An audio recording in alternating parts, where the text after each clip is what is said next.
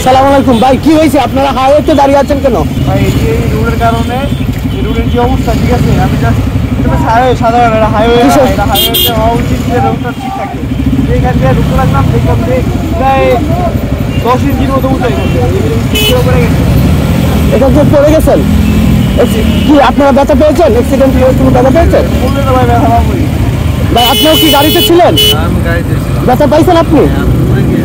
জি, ও হাতে ব্যথা পাইছেন না? এই রাস্তাটা আপনি ভাঙা, এই রাস্তা ঠিক হয় না, উঁচা নিচে এরকম ভাবে উঁচা নিচা আপনি প্রতিদিন 3-4টা করে অ্যাক্সিডেন্ট হইতেছে। দর্শক দেখতে পাচ্ছেন ধুলাইপাড় কিন্তু আমাদের 100 মিটার সামনে, 100 মিটার আগেই কিন্তু এরকমটি অনেকটি রাস্তা জুড়ে প্রায় 30-40 মিটার রাস্তায় কিন্তু এরকম আমরা দেখতে পাচ্ছি।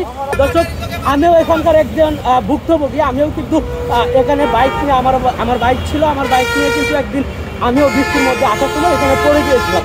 দর্শক আসলে দেখতে পাচ্ছেন, আসলে আরো তারা কি আরো গাড়ির কোনো ক্ষতি হয়েছে কিনা জিজ্ঞেস করি। ভাই গাড়ির কোনো ক্ষতি হয়েছে আপনাদের? ভাই গাড়ির তেমন কিছু ক্ষতি হয় না, মানে আমার স্পিড কম ছিল তো ওইভাবে ক্ষতি হয় না, কিন্তু মারাত্মক কেউ একটু বেশি গতিতে আসছে অনেক কিছু হতে পারছে। এই রাস্তাটা আসলে সংস্কার করা উচিত, আর যারাই আসবে ওটা সতর্ক থাকা উচিত। আব্দুল্লাহ মনে পড়ে। আচ্ছা, আমরা একজন রানিং বাইকে দেখতে পাচ্ছি। ভাই একটু হেলমেটটা খুলেন প্লিজ। উনি যাওয়ার সময় এই রাস্তা দিয়ে আসলে ক্রস করার সময় যে উঁচু যে ল্যান্ডটা দেখা যাচ্ছে, এটার জন্য অ্যাক্সিডেন্টের শিকার হয়েছে। আসলে বিষয়টি এক মহিলা পড়ে গেছিল, জি আমার সামনেও এক মহিলা পড়ে গেছিল। ভাই আমি নিজেও একজন এখানকার ভুক্তভোগী, আমি নিজেও পড়ে গিয়েছিলাম।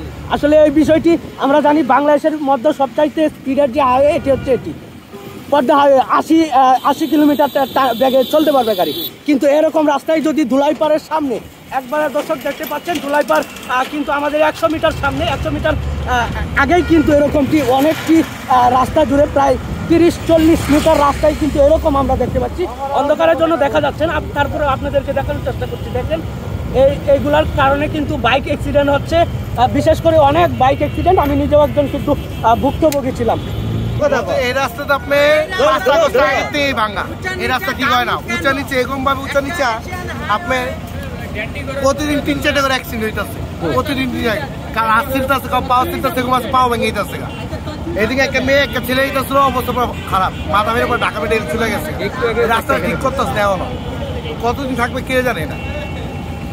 এটা আপনি কতদিনের ভিতরে সংস্কার চাচ্ছেন? আমি তো ক্ষমতা থাকলে তো একদিনে সমাধান করে দিতাম, সমাধান তো হইব না তো, তবে এটা আমার মনে হয় যে এটা আসলে কিন্তু তাৎক্ষণিক করা দরকার, একবারে মানে সবার আগে কাজ হচ্ছে। এটা হাইওয়ে রাস্তা, এটা হচ্ছে মানে পদ্মা সেতু এক টানে যায় সবাই, এই রাস্তা যদি আপনি 100 স্পিডে টানে মানুষকে অ্যাক্সিডেন্ট করবো না, এই জায়গাতে স্পট ডেড হবে, জায়গা 3-4টা করে, আরো কয়েকদিন পর দেখবেন আরো অবস্থা খারাপ হবে। মাটি ডাবতেছে আস্তে আস্তে, কি রাস্তা বানাইতেছে, হাইওয়ে রাস্তা যদি এই অবস্থা হয় তাই গলিগালির অবস্থা কি অবস্থা হবে বুঝেন। রাস্তা তো দ্রুত তাদের ঠিক করা উচিত না, তাই না? সবার দরকার, সবার জন্য।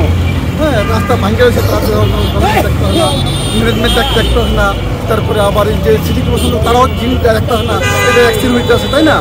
তো আমার সবার জন্য